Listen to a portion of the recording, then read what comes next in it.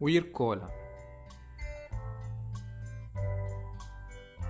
இவ் அலகினை கற்பதன் மூலம் அங்கிகளை வகைப்படுத்துவதன் அவசியம் பற்றியும், அங்கிகளை பாகுபடுத்துவதன் முக்கியத்துவங்கள் பற்றியும், பாகுபாட்டின் வரலாற்று பின்னணியையும், அங்கிகளை பாகுபடுத்தும் முறைமைகளையும், செயற்கை இயற்கை பாகுபாட்டு முறைகளுக்கிடையே உள்ள வேறுபாடுகளையும் நீங்கள் அறிந்து கொள்வீர்கள்.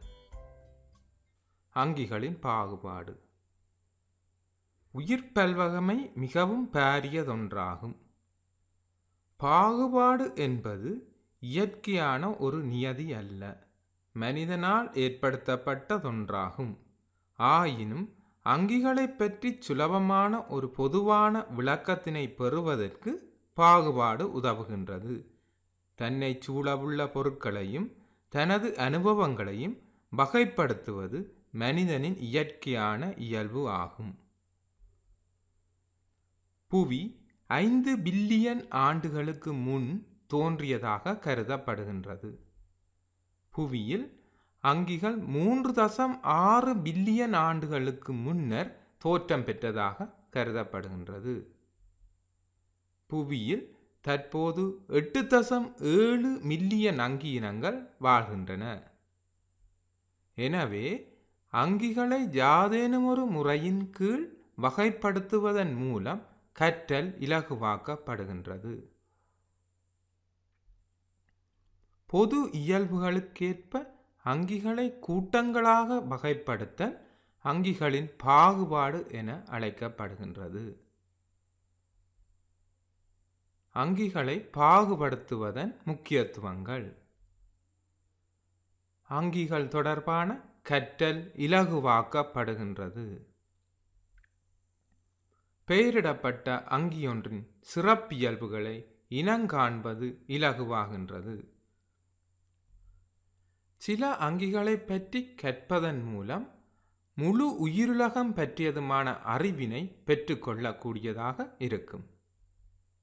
அங்கி கூட்டங்களுக்கிடையேயான தொடர்புகளை கூறக்கூடியதாக இருக்கின்றது. பொருளாதார முக்கியத்துவமுடைய அங்கிகளை இனங்காணக்கூடியதாக இருக்கின்றது. பாகுபாட்டின் வரலாற்று பின்னணி. கிரேக்க தத்துவ ஞானியான அரிஸ்டோட்டில் முதன்முறையாக விஞ்ஞான ரீதியிலான பாகுபாட்டினை முன்வைத்தார்.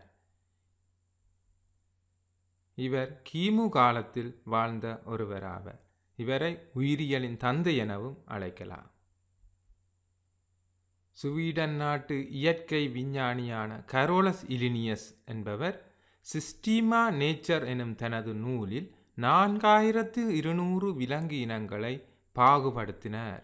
இவர் இரு இராச்சிய பாகுபாட்டினை முன்வைத்தார். ஒன்று கிங்டம் பிளான்டே, கிங்டம் அனிமேலியா. அவரது படத்தினை நீங்கள் அவதானிக்கிறீர்கள். கார்ல் வூஸ் என்பவர் இராச்சியத்துக்கு மேலாக பேரிராச்சியம் என்பதை அறிமுகப்படுத்தினார். 1866 ஜெர்மன் உயிரியலாளரான ஏர்னஸ்ட் ஹெகெல் என்பவர் 3வது இராச்சியமாக கிங்டம் புரோட்டிஸ்டா என்பதை அறிமுகம் செய்தார். அவரது படத்தினை நீங்கள் அவதானிக்கிறீர்கள். 1969 விட்டேக்கர் என்பவர் 5 இராச்சிய பாகுபாட்டினை அறிமுகம் செய்தார்.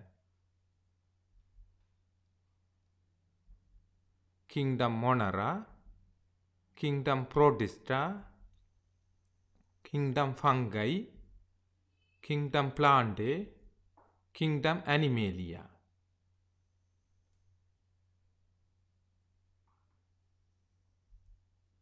அங்கிகளை பாகுபடுத்தும் முறைகள். புவிவாழ் சகல அங்கிகளினதும் பாகுபாடு பிரதானமாக 2 வகைப்படும். செயற்கை முறை பாகுபாடு, இயற்கை முறை பாகுபாடு. நாம் இனி செயற்கை முறை பாகுபாட்டினை பற்றி நோக்கவுள்ளோம். குறித்த சில இயல்புகளின் அடிப்படையில் அங்கிகளை பாகுபடுத்தல் சேர்க்கை முறை பாகுபாடு ஆகும். இப்பாகுபாட்டில் அங்கிகளுக்கு இடையிலான இயற்கையான தொடர்பு எதுவும் காட்டப்படவில்லை. கூர்ப்பு வழி தொடர்பும் இடம்பெறவில்லை. எதுவித தொடர்புமற்ற அங்கிகள் ஒரே கூட்டமாக்கப்பட்டிருந்தன. இக்காரணங்களால் சேர்க்கை முறை பாகுபாடு ஏற்றுக்கொள்ளப்படவில்லை. இப்பாகுபாட்டிற்கு உதாரணம் விலங்குகள் சிறகுள்ளவை சிறகற்றவை என வகைப்படுத்தப்பட்டன. எனவே இப்பிரிவில் பூச்சிகளும் பறவைகளும் ஒரே கூட்டத்தில் வந்தன. எனினும் இவற்றுக்கிடையே பாரிய உடலியல் உருவவியல் வேறுபாடுகள் காணப்படுவதை நீங்கள் அறிவீர்கள். இயற்கை முறை பாகுபாடு. அங்கிகளின் கூர்ப்பு தொடர்புகள் வெளிக்காட்டப்படும் வகையில் உருவவியல் உடற்தொழிலியல் குளியவியல் மூலக்கூற்று உயிரியல் போன்ற இயல்புகளை கருத்தில் கொண்டு உருவாக்கப்பட்ட பாகுபாட்டு முறைமை இயற்கை முறை பாகுபாடு ஆகும். எனவே இப்பாகுபாட்டில் உருவவியல் உடற்தொழிலியல் குளியவியல் மூலக்கூற்று உயிரியல் போன்ற இயல்புகள் கருத்தில் கொள்ளப்பட்டுள்ளமை முக்கிய அம்சமாகும். இயற்கை முறை பாகுபாட்டின் இயல்புகள்.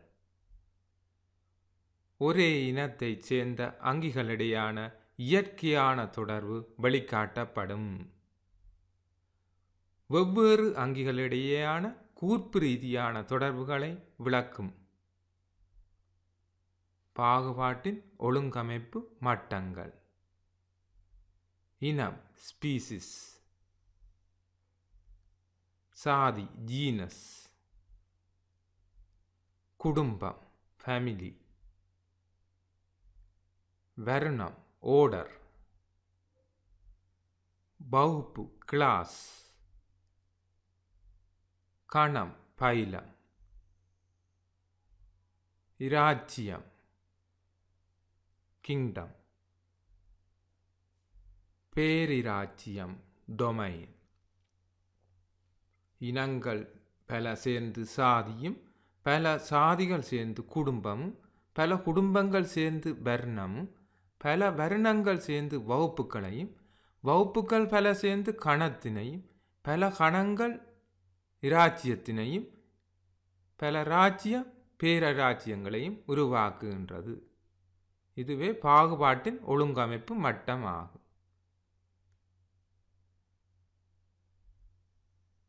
உதாரணமாக நவீன மனிதனின் பாகுபாட்டினை நாம் நோக்குவோம். நவீன மனிதன் ஹோமோசாப்பியன்ஸ் என்னும் இனத்தைச் சேர்ந்தவன். மனிதனின் சாதி பெயர் ஹோமோ, குடும்பம் ஹோமிடே, வர்ணம் பிரைமேட்ஸ். மனிதன் முலையூட்டிகள் என்ற வகுப்பினைச் சேர்ந்தவன். கணம் கோடேட்டா, இராச்சியம் அனிமேலியா, பேரிராச்சியம் யூக்கரியா. இது பற்றிய விவரங்களை இனிவரும் பகுதிகளில் நாம் நோக்கலாம்.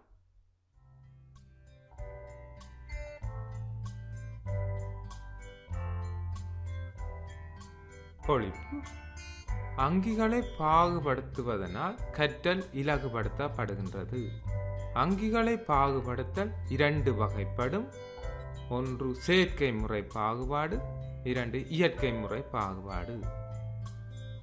விட்டேக்கர் 5 இராச்சிய பாகுபாட்டினை முன்வைத்தார். இயற்கை முறை பாகுபாட்டில் அங்கிகளின் கூர்ப்பு தொடர்பு வெளிப்படுத்தப்படுகின்றது. பாகுபாட்டிற்கான ஆட்சி நிலை மட்டங்களாக இனம், சாதி, குடும்பம், வர்ணம், வகுப்பு, கணம், இராச்சியம், பேரிராச்சியம் ஆகியன முறையே காணப்படுகின்றது.